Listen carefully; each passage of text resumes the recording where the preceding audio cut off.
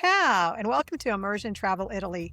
I'm Caterina Ferrara, author of the Travel Italy book series, blogger, and your host. This podcast is about experiencing Italy beyond the checklist, slowing down, paying attention, and understanding places not just for what you see, but for why they matter.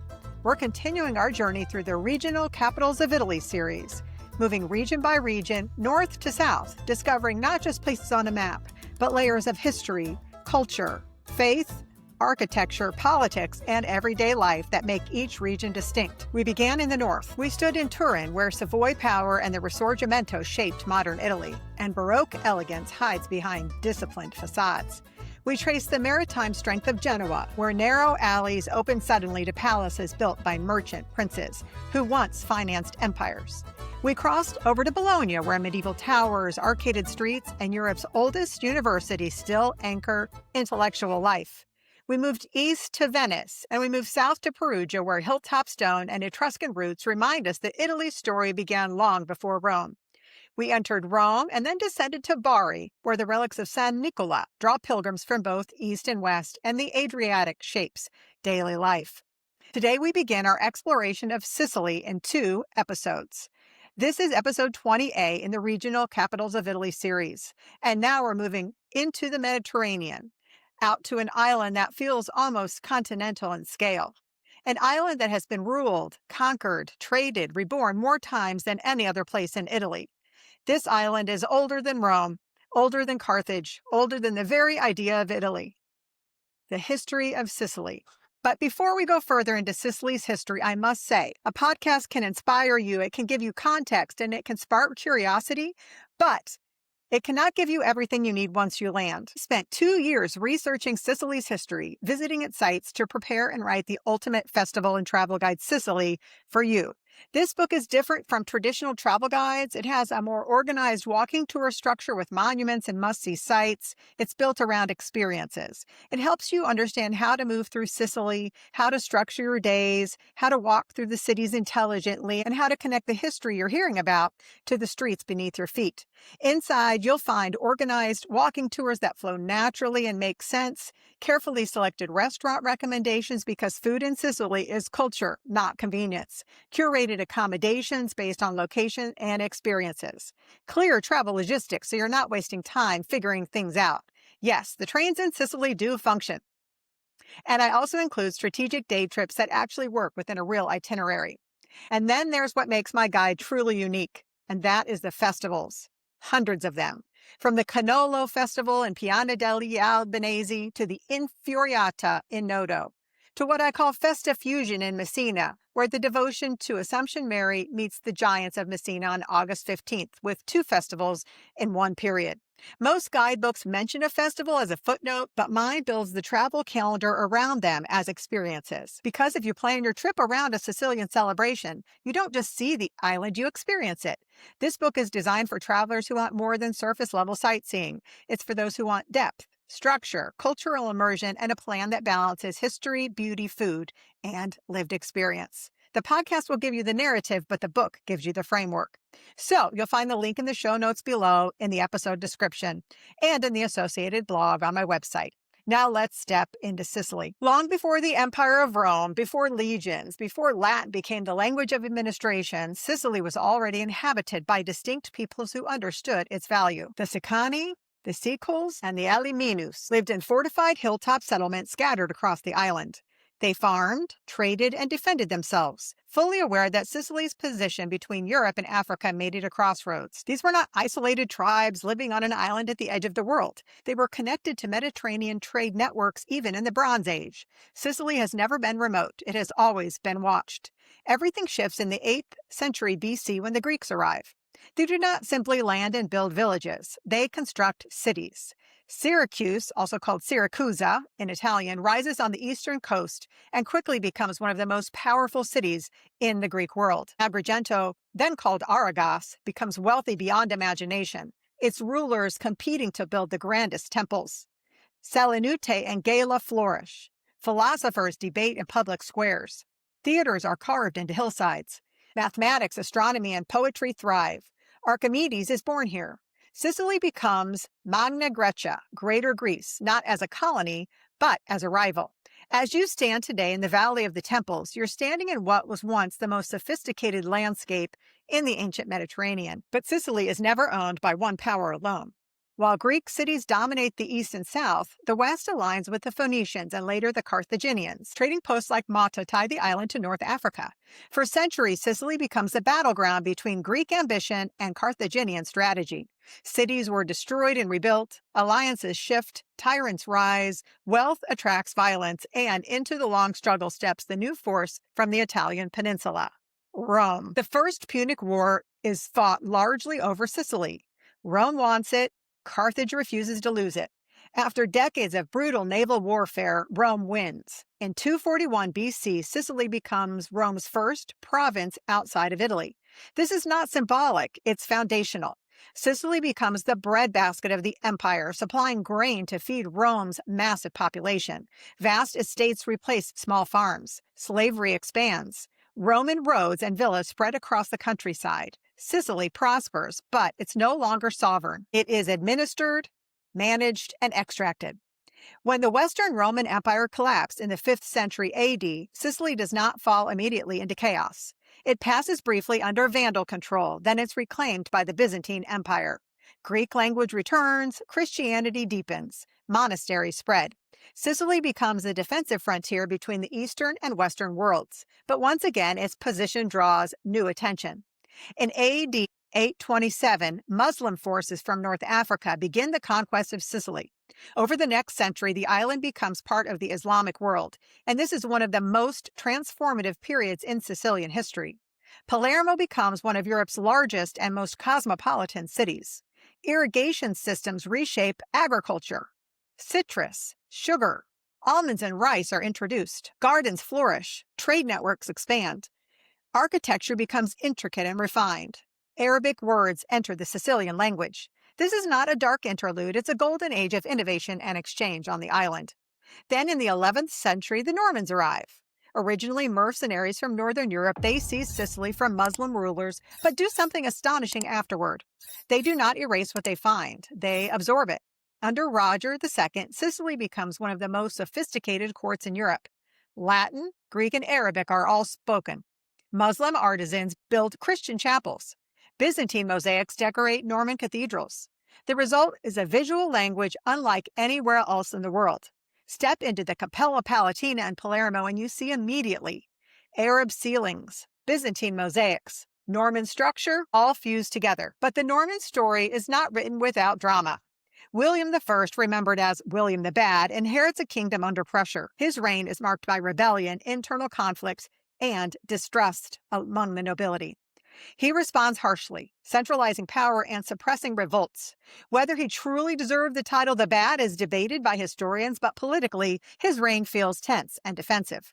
His son, William II, known as William the Good, restores stability and prestige. Under his rule, Sicily reaches a kind of cultural maturity. He commissions the magnificent cathedral at Monreale, covered in glowing mosaics that rival anything in Constantinople. Diplomacy strengthens, trade thrives. The island and its kingdom regain confidence. The contrast between father and son becomes part of Sicily's storytelling tradition. The bad and the good, instability and restoration, conflict and renewal. After the Roman period, Sicily does not settle into calm stability. Instead, it becomes part of a larger European power struggle. When the Norman line ends, the island passes to the Hohenstaufen dynasty under Emperor Frederick II, one of the most fascinating rulers in medieval Europe. Frederick is not simply a king. He's a scholar, a lawmaker, a polyglot who speaks multiple languages and governs with a mixture of discipline and intellectual curiosity. His court in Palermo becomes the center of poetry, science, and administration. He strengthens centralized authority and reshapes the legal system, but his death destabilizes the island once again. The French Angevins take control next, and their rule sparks one of Sicily's most famous uprisings, the Sicilian Vespers of 1282.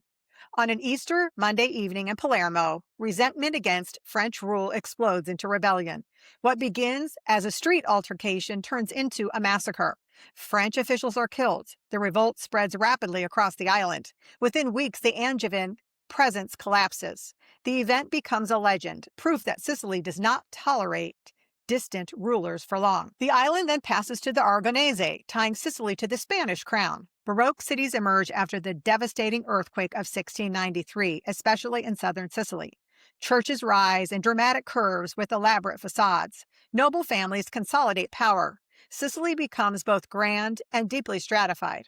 In the 18th century, the Bourbons reclaimed control, linking Sicily once again to Naples. The island remains agricultural, heavily feudal, and economically unequal. When Italian unification arrives in the 19th century under Garibaldi, Sicily joins the new United Kingdom of Italy, but not without tension. Many Sicilians feel distant from Rome. Promises to reform do not materialize. Poverty persists. Emigration surges. Millions leave for America, Argentina, and Northern Europe. Sicily's identity remains proud but wary. Now we come to the 20th century. World War I touches Sicily, but not through battlefield devastation. Instead, the war drains the island economically. Young men leave to fight on the mainland and abroad. Social unrest intensifies. Food shortages grow. When the war ends, Italy is politically unstable, and that instability opens the door for Benito Mussolini and fascism. Under fascist rule, Sicily experiences infrastructure projects and state control, but also repression, attempts to suppress the mafia and enforce central authority. Some public works are completed, but beneath the surface, poverty and resentment remain. Then comes World War II, and here Sicily becomes central to global history. In July 1943, Allied forces launch Operation Husky, the invasion of Sicily. It's one of the largest amphibious operations ever attempted at the time. American and British troops land along the southern coast. Paratroopers descend from the sky. Naval forces bombard the shore. Sicily becomes the gateway to mainland Italy. The fighting is intense. Cities are bombed. Civilians suffer. Infrastructure collapses. Within weeks, the island falls to Allied control. The invasion triggers a political earthquake. Mussolini is deposed shortly afterward, and Italy begins negotiating surrender to the Allies. The road to Rome opens. For Sicily, World War II leaves scars, physical and psychological, but it also reshapes its political future. After the war, Sicily is granted special autonomous status within Italy in 1946. This autonomy reflects both its unique identity and its long history of tension with centralized rule. The island governs itself more independently than most Italian regions. Its culture, dialect, and traditions remain distinct. The post-war decades are complex. Economic challenges persist. Organized crime resurges. But so does cultural pride. Archaeology projects expand. Sicilian writers, filmmakers, and artists bring the island's layered identity to the world stage. And through it all, Sicily remains what it has always been. Layered, contested, resilient, never erased. Next, we'll talk about Palermo. But before we walk the streets, before we enter the churches, before we dive into specific monuments, we need to understand the setting. Palermo is not just Sicily's capital politically. It's its gravitational center. Today, the city proper has a population of roughly 630,000 people, with well over 1 million in the greater metropolitan area. That makes it one of the largest cities in southern Italy. It's dense, urban, energetic, and layered with neighborhoods that each feel distinct. Geographically, Palermo sits in a natural amphitheater known as the Conca d'Oro, the Golden Basin. Mountains rise behind it. The Tyrrhenian Sea opens up in front of it. Historically, this basin was filled with citrus groves, irrigated gardens, and fertile farmlands introduced and refined during the Arab period. From above, the city looks like it's embraced by rock and sea at once. To the north towers Monte Pellegrino, a dramatic limestone promontory that the writer Goethe once called the most beautiful headland in the world. It guards the harbor and defines the skyline. The port itself has always been Palermo's lifeline. Deep, protected, and strategically placed along the Mediterranean trade routes. It made the city valuable to every civilization that passed through. And that's the key to understanding Palermo. It's powerful because of its geography. From Phoenician traders to Arab administrators to Norman kings and Spanish viceroys, Palermo was the administrative and commercial heart of the island. When Sicily was ruled, it was ruled from here. Under Arab rule in the 9th and 10th centuries, Palermo grew into one of the largest cities in Europe. Contemporary resources describe hundreds of mosques, markets filled with goods from Africa and the Levant, and complex irrigation systems that transformed the surrounding countryside. The city became sophisticated, multilingual, and outward-looking. When the Normans took control in the 11th century, they did not dismantle the capital. They built upon it. Palermo became the seat of the kingdom that fused Latin, Greek, and Arab traditions. Later, under Spanish rule, it served as the viceroy capital, tying Sicily to broader European politics. Grand avenues and aristocratic palaces reshaped portions of the city to reflect imperial authority. But Palermo has always lived in tension between grandeur and grit. In the 19th and 20th centuries, it struggled with poverty, land inequality, and emigration. In the post-war period, it faced deep scars of organized crime and political corruption. Yet, even that chapter is part of its identity. Palermo is not polished in the way some Italian capitals are, but it is resilient. Its climate reinforces that sense of openness, Mediterranean and warm, with long, dry summers and mild winters. Palermo lives outdoors. Life spills into the piazzas. Markets operate year-round. The sea is always visible even when you cannot see it directly. The sunlight is stronger than on the mainland, brighter, almost theatrical. Before we start walking Palermo and tracing its Greek roots, let's talk about something practical. How to arrive in Sicily. Sicily has two primary international airports. The first is Falcone Borsellino Airport, and it's about 35 kilometers west of Palermo. If your focus is Western Sicily, like Palermo, Cefalù, Trapani, and the Agadi Islands, this is your gateway. The airport connects to the city center by a direct train that runs regularly and takes about 50 minutes, making arrival smooth and straightforward. The second is Catania Fontorossa Airport, the island's busiest airport and the primary entry point for eastern Sicily. If you're exploring Catania, Taormina, Mount Etna, Syracuse, or the Baroque towns of the southeast, this is likely where you want to land. There's also a smaller airport in Trapani, primarily serving low-cost carriers and western routes. There's also an airport near Ragusa called Comiso Airport, located about 15 kilometers and 9 miles from Ragusa. It serves the southeastern part of Sicily and is especially convenient for travelers heading to Ragusa, Modica, Scicli, and Val di Noto. It primarily handles seasonal and low-cost European routes, and while smaller than Palermo or Catania, it can be an efficient and less crowded alternative when flights are available. From the States, there are direct flights from New York to Catania as well as Newark to Palermo. These are the only regular nonstop flights from U.S. airports directly into Sicily. And then there is arrival by sea. Ferries connect Sicily to Naples, Civitavecchia near Rome, Genoa, and Sardinia, docking at the port of Palermo and other major ports. Overnight ferries remain a practical and atmospheric option. You board in the evening and wake as the ship glides into Sicily at sunrise. But perhaps the most symbolic arrival is through the Strait of Messina. Traveling by train or car from the mainland means crossing by ferry from Villa San Giovanni in Calabria to Messina. The journey only takes about 20 minutes, yet it feels like a threshold. The mainland slips behind you, the Sicilian coast approaches. On clear days, Mount Etna rises faintly in the distance. Now let's talk about moving around the island itself. Many travelers assume that Sicily requires a car at all times, and while a car offers flexibility, especially for inland villages or rural archaeological sites, we discovered that the train system along the interior of the island works surprisingly well, and we used it happily. Sicily's rail network runs primarily along the coasts, connecting Palermo to Cefalù to Messina, Messina down to Catania and Siracusa and Taormina, and Palermo southward toward Agrigento. The routes hug the shoreline in long stretches, offering sea views, cliffs, and citrus groves while you travel. It's not high-speed rail, it's regional, and that's part of its charm. Trains are affordable, generally reliable. We found them to be on time and almost brand new clean. They remove the stress of navigating narrow coastal roads and finding parking in historic centers or in crazy traffic towns like Palermo. For travelers focusing on coastal cities, the train is more relaxed and a more scenic way to move from base to base. Inland routes, however, are slower and less direct. If your itinerary includes remote mountaintop towns like Enna or deep countryside exploration, a car is definitely more practical. However you arrive, by air, over the Mediterranean, by ferry crossing across the Strait of Messina, or by regional train tracing the island's edge, there's always a moment when you realize something. The light here is clearer, the air is warmer, and the rhythm definitely shifts. Next, we'll talk about Palermo's key sites. Palermo is a city like Rome, Naples, or Florence, absolutely packed with treasures, history layered on top of history, churches around every corner, palaces, markets, palazzos, sites that could keep you busy for weeks. In my book, I give you multiple days of walking tours for Palermo. I break down the neighborhoods, I map out the routes, I show you how to visit the city systematically. But for this podcast, I had to limit my choices to 5 sites, the really important ones, the ones that tell you what Palermo is and show you that deep history.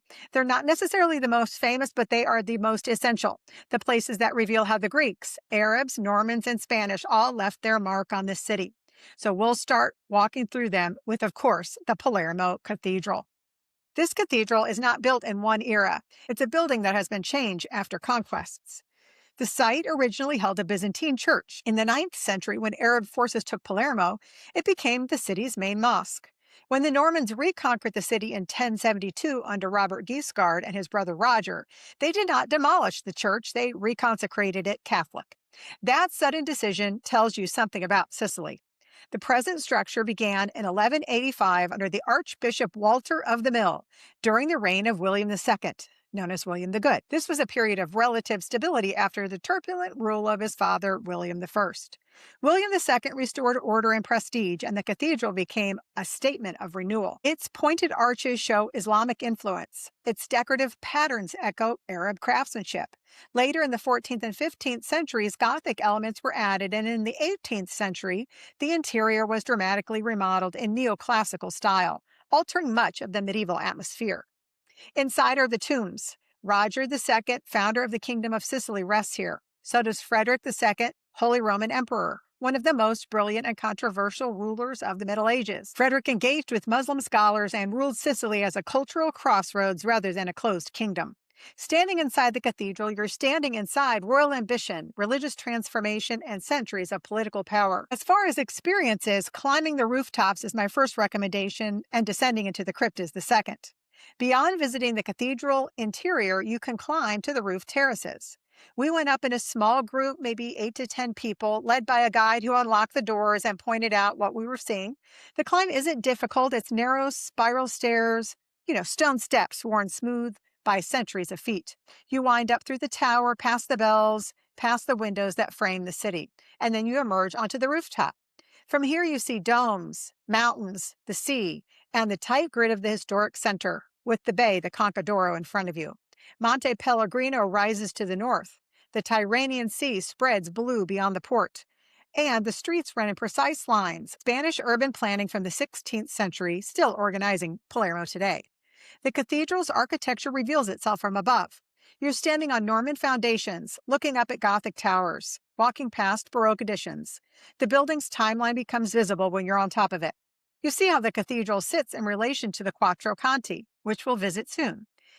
You'll see how close the markets are, how the Palazzo dei Normanni anchors the higher ground to the west. Most people don't take the time to go up. They visit the interior and they leave, but the rooftop really changes how you understand the cathedral and the city around it. Next, we descended into the crypt. The cathedral crypt was quiet. It seems like I think we were the only ones there. The cathedral crypt dates largely to the Norman period and contains the tombs of archbishops and religious leaders. Stone sarcophagi line the space here. The atmosphere shifts immediately from bright rooftop to cool, quiet stone. As part of the ticket for the crypt, you also step into the treasury of Palermo Cathedral, and you step into the heart of Sicily's royal story. This is not a large museum, but it holds objects that connect the island directly to emperors, crusaders, and queens. Inside glass cases, you see medieval reliquaries, rich embroidered vestments, jeweled liturgical objects, and sacred treasures that once appeared only during major feast days.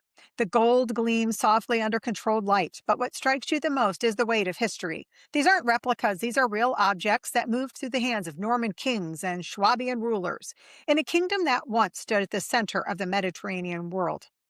The thing I liked most down here was the crown of Constance of Aragon. She was the wife of Frederick II, and this was discovered when her tomb was opened centuries after her burial in 1222. It is a delicate, almost surprisingly so. It's fashioned in gold and set with pearls and precious stones. This is one of the very few surviving medieval royal crowns in Europe. Standing before it, you realize that Sicily was not peripheral, it was imperial. It was powerful. It was connected to Rome, to Germany, to Spain, and Jerusalem. In the small treasury, you see the island's layered identity becoming tangible. Not something you read in a history book, but something you can see, almost touch. After our visit to the crypt, we went across the street to the Archbishop's Palace. It's connected to the cathedral by an arched walkway over Via Matteo Bonello, but that wasn't open. We just crossed the street. The palace houses the Diocesan Museum, founded in 1927 to preserve art from demolished churches and cathedral renovations. 27 rooms across 3 floors, sculptures, paintings, decorative arts, beautiful wallpaper, religious artifacts spanning the 12th to the 19th centuries. The palace itself is 15th century. Gothic windows, high ceilings, the rooms where archbishops lived and governed for centuries. You'll see the Cappella Borromans, an entire chapel covered in 18th century frescoes by Flemish painter Guglielmo Borromans. Scenes from Christ's childhood, the adoration of the Magi, the flight to Egypt, 8 prophets, painted around 1733 for Archbishop Matteo Basile. You'll see works by Pietro Novelli, Sicily's most important painter of the 17th century. His Lamentation of Christ shows both Caravaggio and Van Dyck influences. This is Sicilian Baroque when it's done right. You'll also find the Gagnini sculptures, Renaissance work by the Gagnini family. They carved marble for churches across Palermo. Many pieces were removed from the cathedral during the 18th century renovations and ended up here.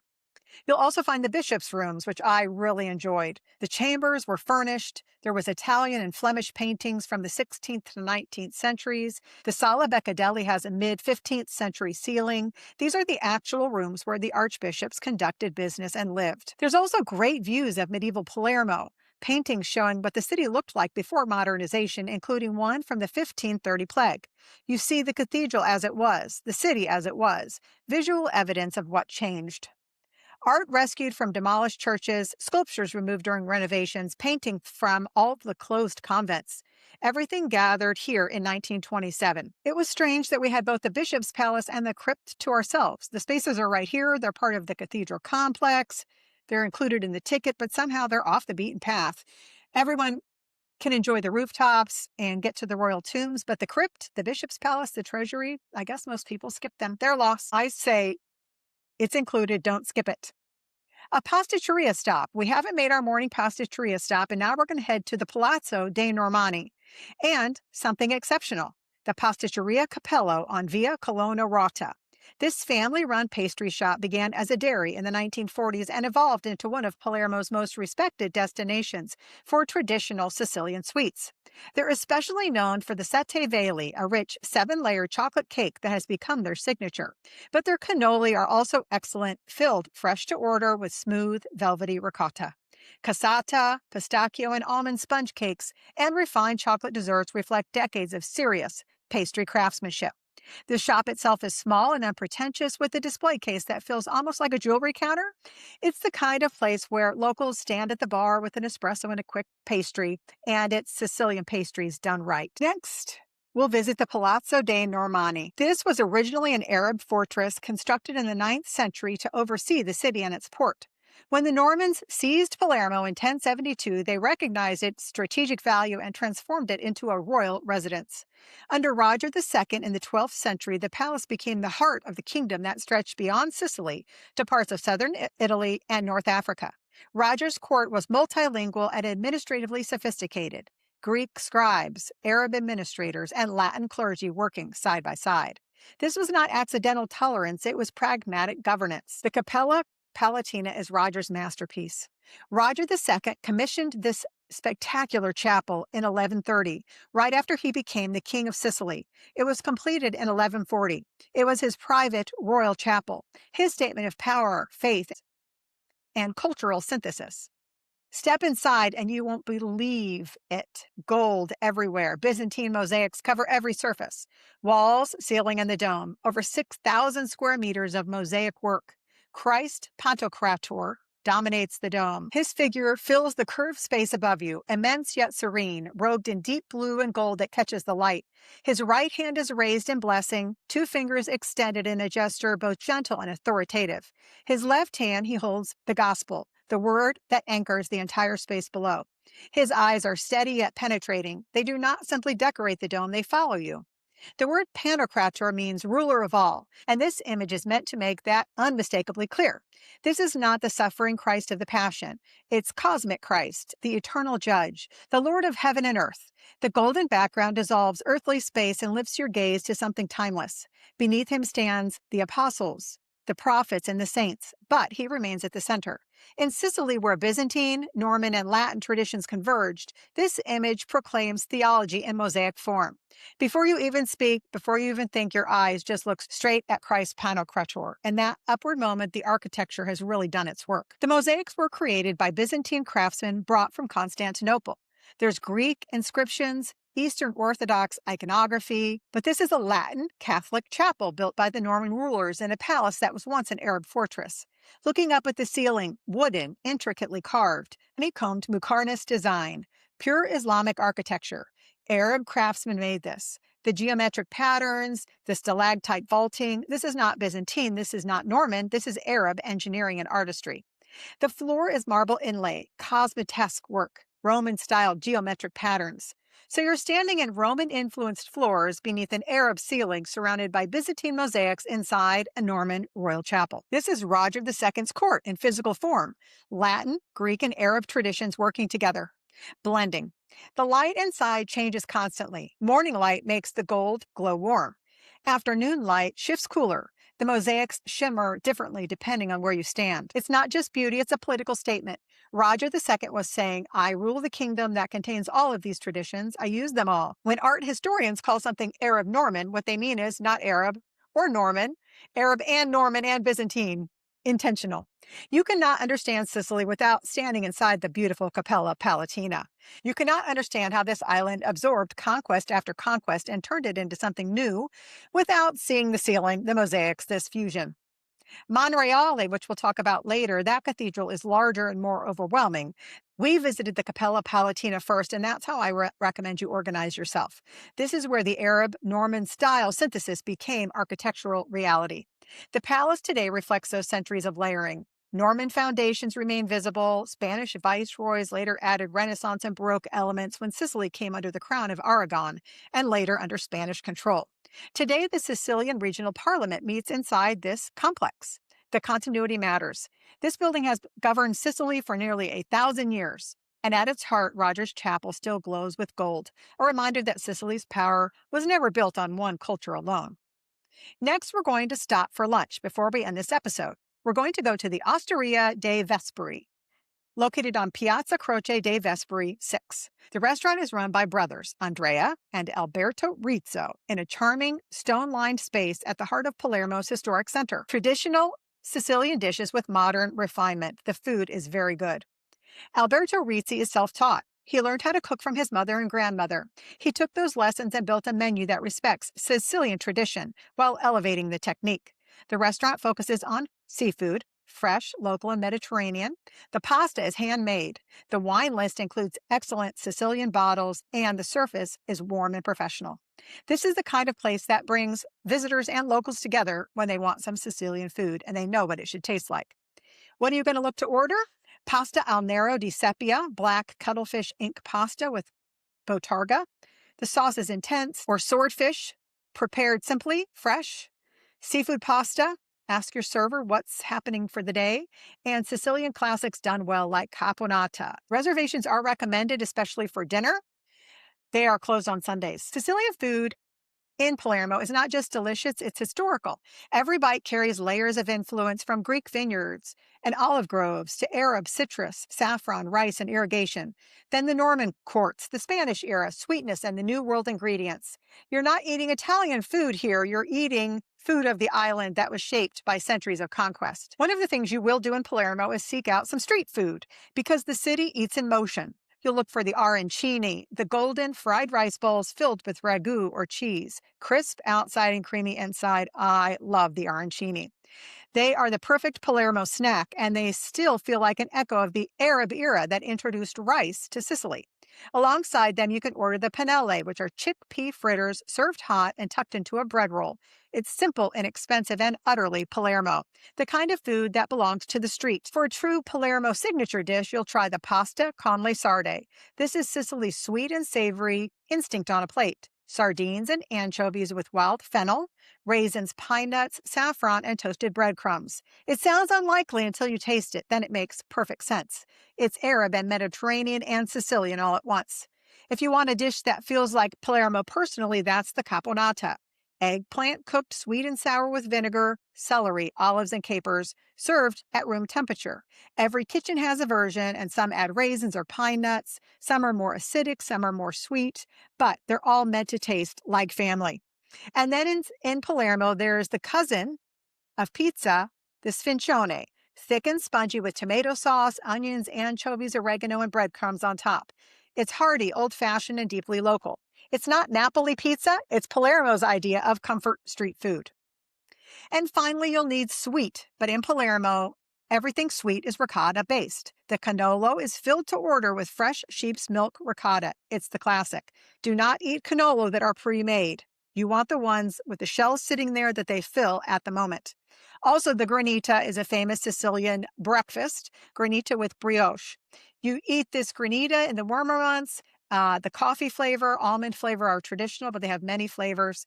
It's a ritual. For deeper food immersion, my book has Dining at Sicilian Specialties, which is chapter 43, and it talks about the types of Italian eateries, the types of Sicilian dishes to try on your trip with descriptions, and it also walks through where to eat. So my book is your one-stop shop for everything Palermo and beyond. Going to stop here on a walking tour. Thank you for joining me for episode 20A of these two Sicily podcasts. Today, we walked through the layered history of Sicily and Palermo, from ancient civilizations to Norman kings and Spanish rulers. We visited the Palazzo dei Normanni and the cathedral. In episode 20B, we'll continue our walking tour through Palermo's historic center. We'll explore immersive experiences, local markets, food traditions, and day trips beyond the capital, including coastal escape, the best beaches, and practical tips to help you plan your Sicilian journey. If you're enjoying this series, please follow the Immersion Travel Italy podcast. Each of my episodes has an associated blog on my blog page at caterinaferrara.com/blogs. And also, please sign up for my free monthly newsletter. I will see you next Friday. Until then, travel slowly, travel deeply, and let the cities tell their stories.